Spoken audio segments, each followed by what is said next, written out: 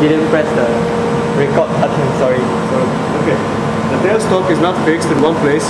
You can change its position by unscrewing these bolts here.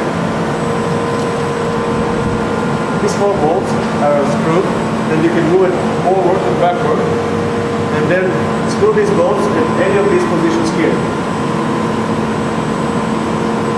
But what's important is that whenever you change the position of the tailstock, you change the position of this limit switch. This is the hardware limit switch. You unload these screws here with extra keys, and you position them right about this position here. This is a protection so that the carriage will never hit the tailstock. You also get another protection with a laser beam that goes into this reflector here. With the camera.